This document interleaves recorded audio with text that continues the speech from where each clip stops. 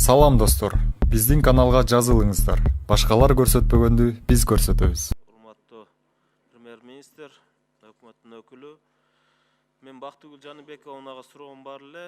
Мына Дворец спортанын бөлүнө турган акчаны кийинки жылга ошону акчаны бербей турган болсуз, эмне себептен? Главный распорядитель бюджетных средств спорт комитети. Алар жакшыраак билет болуш керек. Токтоп бересиңер бени.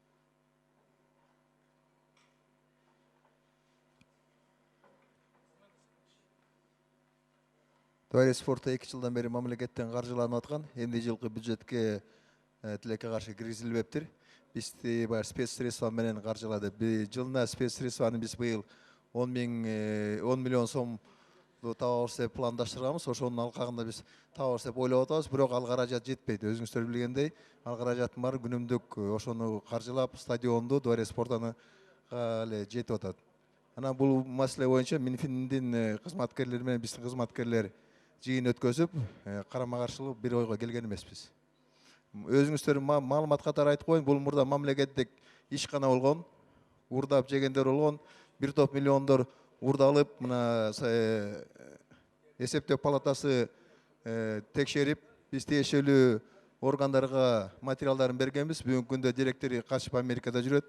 Ошол себептен 2 жыл мурун биз өкмөткө сунуш берип, өкмөттүн токтому менен буну мамлекеттик каржылоого киргизилген. Биз аны өзүбүздүн спецсредства менен кармаганга бүгүнкү күндө шартыбыз жок.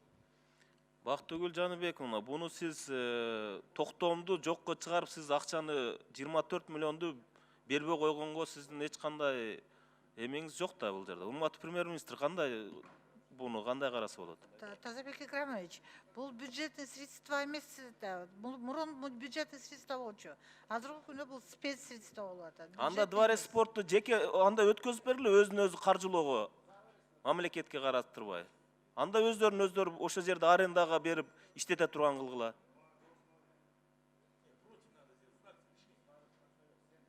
Спецсредства өзүндө эле калып атпайбы? Сиздер азыр 24 миллион бербесеңиздер, спорт агентствонун акчасынан ал жерден буларды каржылоого мүмкүнчүлүк болбойт. Алдыда Олимпиада келип атат. Тазабек Икрамович, мен экинчи окууга чейин териштирейин.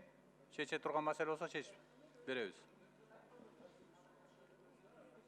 Бул өкмөттүн токтомун, парламенттин токтомун жокко чыгара албайт. Буну акчасын бериш керек, же болбосо чечиш керек. Экинчи, мына жазуучулар союзунун 1,5 миллион сомду мен көтөрүп келем көптөн бери. Качан чечип бересиздер?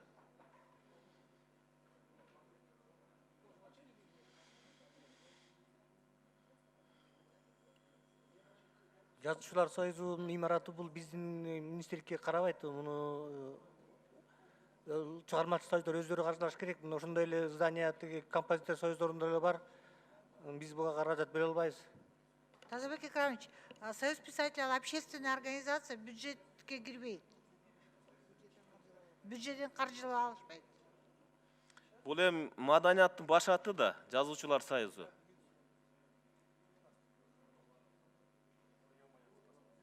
Мыйзамдын негизинде общественная организация бюджеттен каржыланбайт.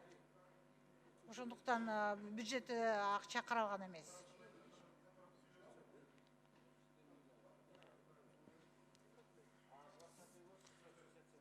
Мухаммедкалы Дүйшекеевич, ушул маселени бир чечип берсеңиз болот эле ушу.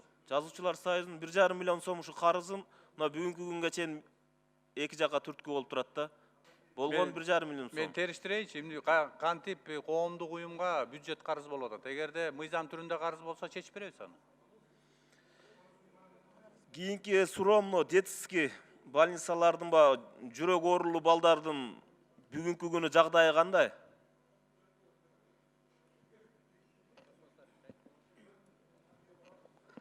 Урматтуу Тазабек Икрамович, ал балдардын жүрөк оорусу боюнча биздин жана кардиохирургия институтунда жазалат. Ага ошол биздин мамлекет тарабынан жылына где-то 35 миллион бөлүнөт.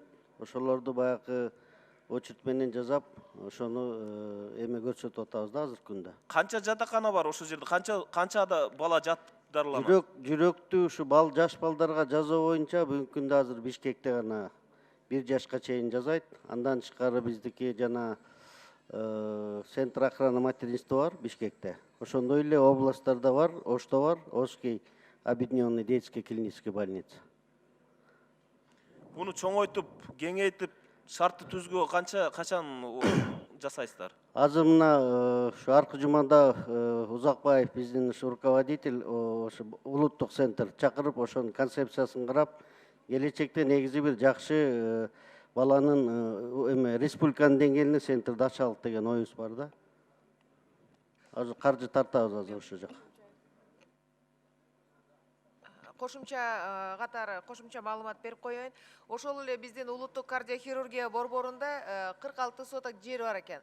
Алардын ошол жетекчилиги дагы бизге кайрылып, ушундай мүмкүнчүлүктөр болсо, балким бир грант негизинде бир эмелер чыкса, донорлар ошол жерге дагы кошумча имарат салып, бүгүнкү күнү бир 400дөн ашык бала операция болот ошол жерде. Жалпысынан бир 700 киши, анын ичинен ошо 400 бала. Ошондуктан азыркы шарттар азыраак болуп атат.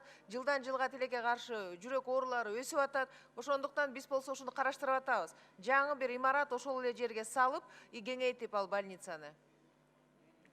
Тез аранын ичинде чечип берсеңиздер өтө жакшы болмокто. Көп бул жактан арыздануулар келип атат. Анан мына штраф боюнча качан азайтасыздар?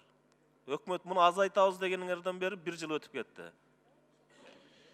Урматтуу Тазабек Икрамович, азыр мыйзам долбоору даярдалып, мына уже жогорку кеңешке кирет. Бүт согласованиясы.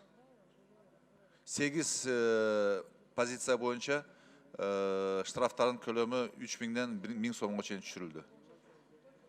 Себеби биздин алган айлыкка бул штраф мындай туура келбейт экен да, кайрылуулар көп болуп атат. Мына кошуна өлкө менен биздин бензин солярка маселеси кандай болуп атат ушу? Ушу контроль качан арзандайт? Биз азыр ГСМ боюнча өкмөттүн чечимин чыгардык. Казакстанда өзүнүн нефтиси бар, өзүнүн ишканалары бар, ошон үчүн аякта арзан. Бирок биздин өзүбүздүн индикативный план боюнча Россиядан келет ал бензин. Ошон үчүн баасы ошо Россияныкына салыштырмалуу болот да биздики. Ал эми жана контрабанда жагынан күрөшүү, аларды тыюу салуу боюнча алардын дагы өкмөттү токтом чыгарды. Машина менен жана башка объемдор менен күйүүчү майларды тышка чыгарбайт деп. Биз дагы чыгардык азыр биздин территорияга ошондой машиналар менен кирбейт. Только темир жол менен кире турган кылдык азыр. Азыр ушул механизм иштеп атат. Баалар арзандабайт. Биз мисалы үчүн Россиядан арзан алабыз. Өзүнүн эли дагы бизден кымбатыраак алат. Бизде азыр мына ушу бензинге, интернетке ушундай өзүнчө эле бир монополия кылып туруп, каалаган бааны коюп сатып атат да, эми туура эмес да, урматтуу премьер-министр. Ушуну бир мындай тизгиндеш керек да. Бензинге дейсизби? Бензин, интернет бар ушу.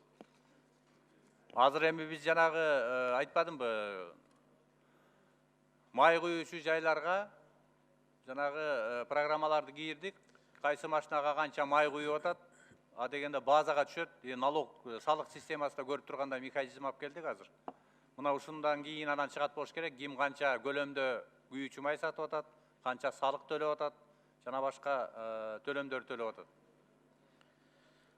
Мухаммед Калый Дүйшөкевич, анан мен 4 жылдан бери көтөрүп келем мына Конституциялык палатанын 11 июлундагы чечими боюнча. Мына бүгүнкү күнгө чейин ушу аткарылбай атат да, качан аягы качан бүтөт?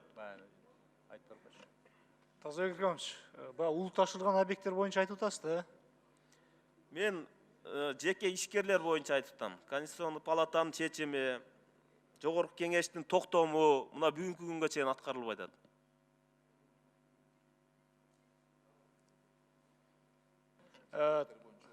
Урматтуу Тазабек Икрамович, өзүңүз билесиз, мына бул маселе көп жылдан бери чечилбей аткан. Мына биздин өкмөт келгенден кийин биз бул маселени фискальный комитетте карап, ошол комитеттин чечимине ылайык атайын өкмөттүн токтому менен буну атайын комиссия түздүк. Мына министр экономика ошол комиссиянын жетекчиси буга чейин 2-3 отурумду өткөрүштү.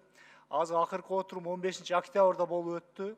15 октябрдагы отурумда финансы полициясынын азыр ошол арыз келип түшкөн, ошол арызды кароодон кийин бул маселени толук кароого өтүлөт.